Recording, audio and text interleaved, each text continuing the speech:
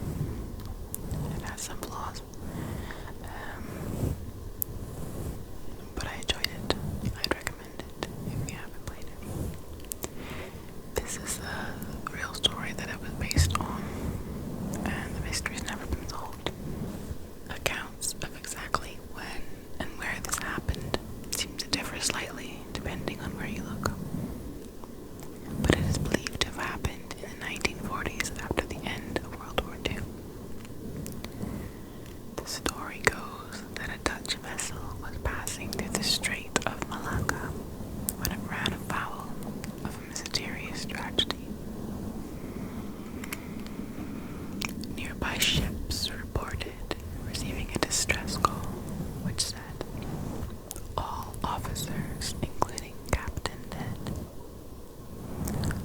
lying in Chartrum and on bridge, probably whole crew dead.